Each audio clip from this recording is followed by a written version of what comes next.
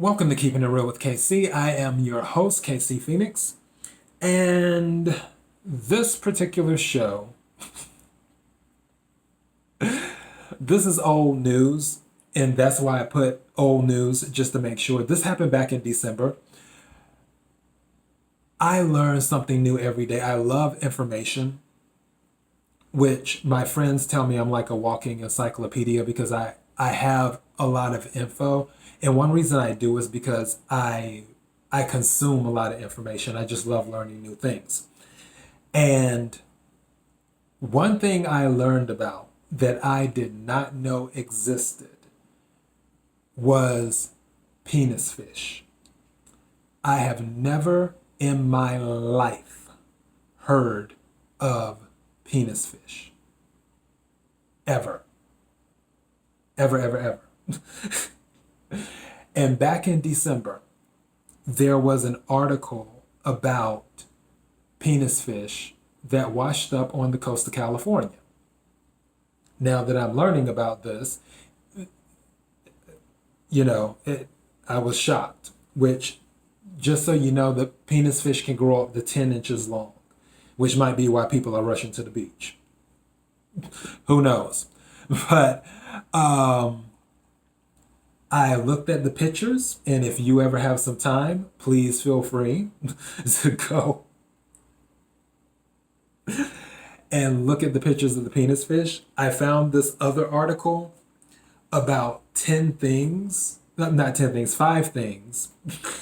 I'm still thinking of the inches, the 10 inches. 5 things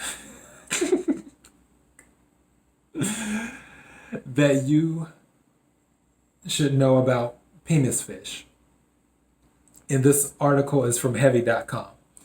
So the first thing that you should know is that they're worms, but the worms are considered a delicacy in South Korea. I didn't even know they made it to South Korea. So yeah, they're innkeeper worms, but also known as, it looks like gebol, or dog genitals in South Korean, and are considered a delicious treat. The fish are known to be very chewy and very sweet from marinating in salt water for so long.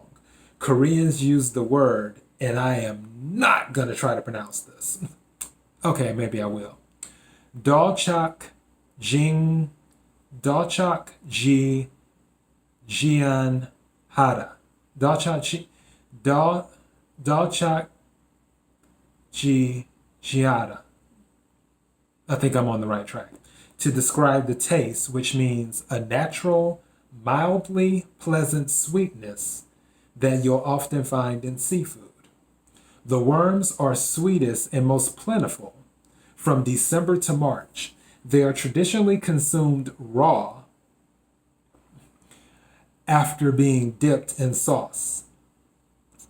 Similar to oysters, they are meant to be cut up.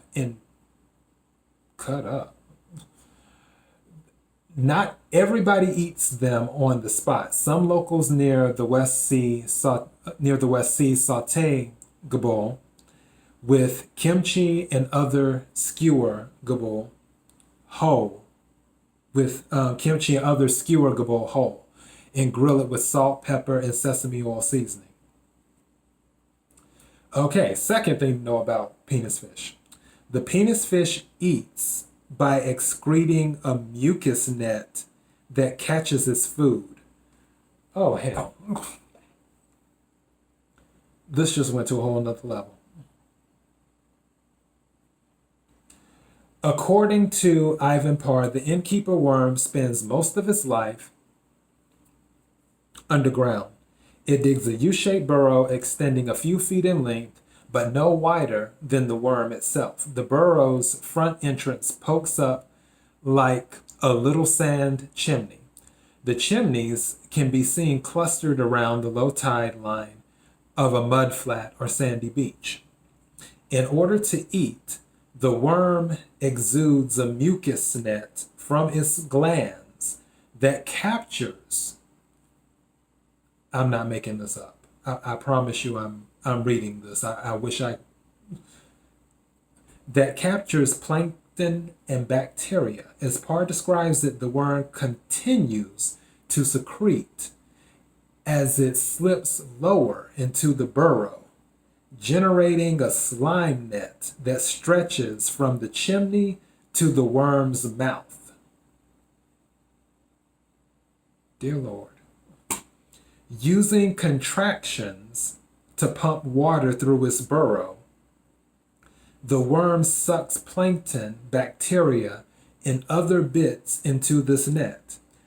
When, like any vacuum, the net gets clogged, the worm slurps it all back into its mouth, takes in the particles it wants to eat, and discarding the rest into the tunnel. The leftover particles are consumed by various other creatures, including clam, a sequined scale worm, a pea crab, a hooded shrimp, and even a fish, the arrow goby. According to Parr, the innkeeper worms don't mind. In fact, it's the textbook example of commensalism. Okay, commensalism.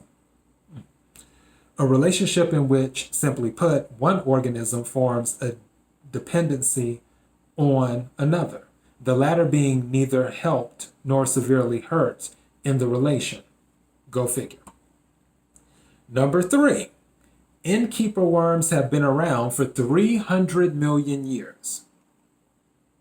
I want to see the receipts on that. That's a little extra. I want to see the receipts. There is fossil evidence that innkeeper worms have been around for hundreds of millions of years. Archaeologists have found U-shaped burrows dating back 300 million years, according to Ivan Parr. Innkeeper worms can live up to 25 years, but typically don't due to their many predators, including otters, flounders, sharks. Sharks raise gulls and humans. Tropical storms have washed innkeeper worms on shore before, though it's usually just a few rather than thousands at once.